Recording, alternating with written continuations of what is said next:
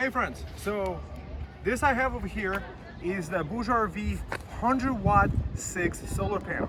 What is CIGS? Well, this is the technology that is unbreakable. So unlike the glass panels, which you can't bend, this you can bend as much as you want. It comes in a nice cool carrying case like this, nice little pouch. What's nice is that it would fit nicely in a backpack like this. So the connector that it uses is a standard MC4 connector on the end.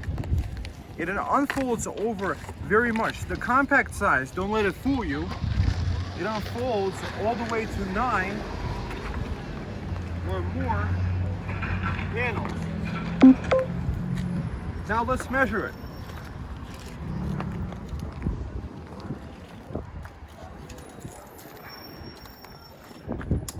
It measures 52 inches this way and about 42 inches this way. And without this flap, it measures 42, so it's basically a perfect square. 42 by 42 over here. And each cell is measured about 14 inches. 14 inches by 10 inches. Now, I'm gonna connect it and we're gonna see the power that it gets.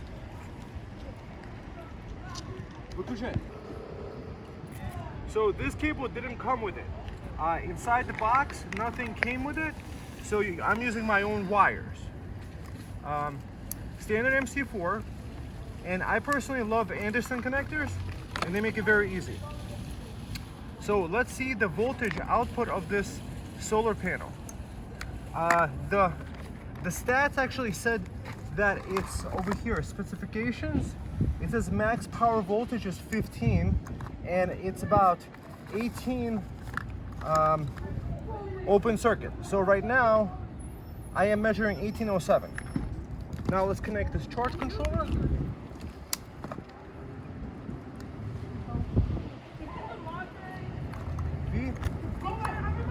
Connect over here. Let's connect this guy here. Over here. Connect this battery. Okay. So it should start working in a second. Okay. So it looks like with the Victron controller, it needs a higher voltage, because right now what I'm seeing with the voltage at 17, it's not giving me anything yet. So it's a pretty sunny day here in New York in late March. I'm getting 65 watts in and 63 going to after the charge controller. What I noticed with this blue solar charge controller, that's one thing to know with these guys, is this guy needs at least, I think, 17 or 18 volts to operate. And because this solar panel operates at about 15 volts max, this charge controller, the Victron, would not work with it.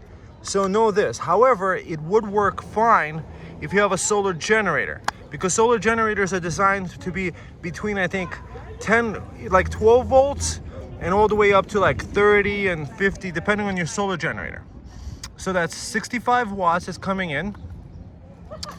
And let's see.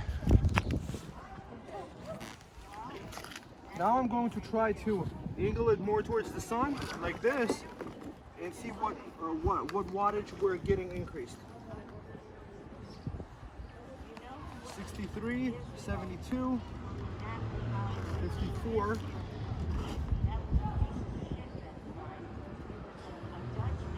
So that's about 60. Okay, now let's see this partial shading technology.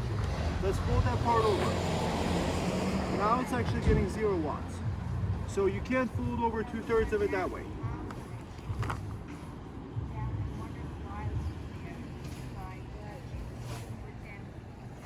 Now it's coming back up.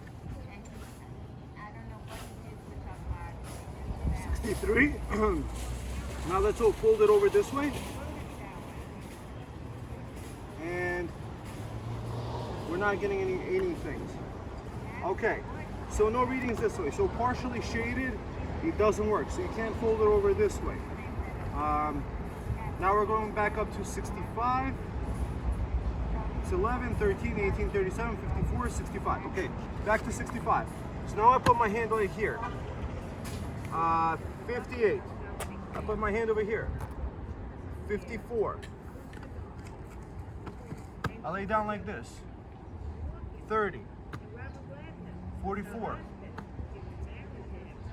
30.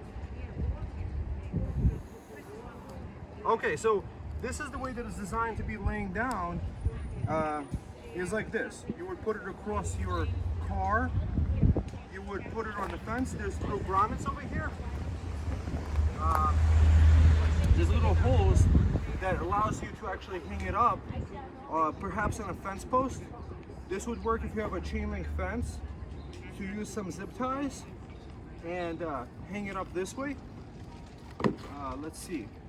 So this is more designed to be like a solar blanket. Doing a 65 watt output.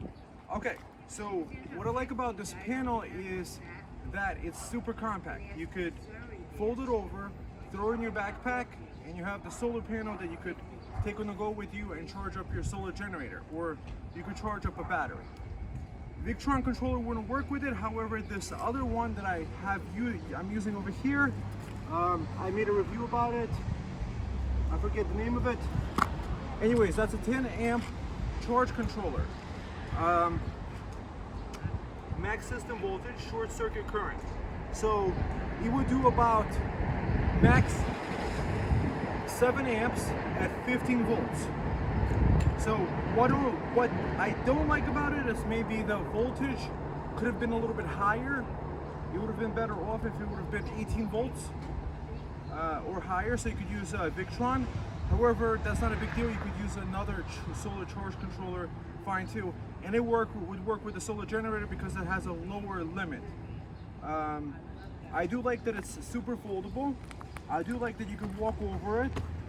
I've seen a video where a guy actually made holes in it, and it still gave him the same amount of power output as before. Like, I'm walking over it, and I'm still producing 30 watts. I'm producing half, and I'm like stepping all over it. So this is kind of cool, is that if you throw it in a camp, you could throw it on the ground, and nothing would actually happen to it.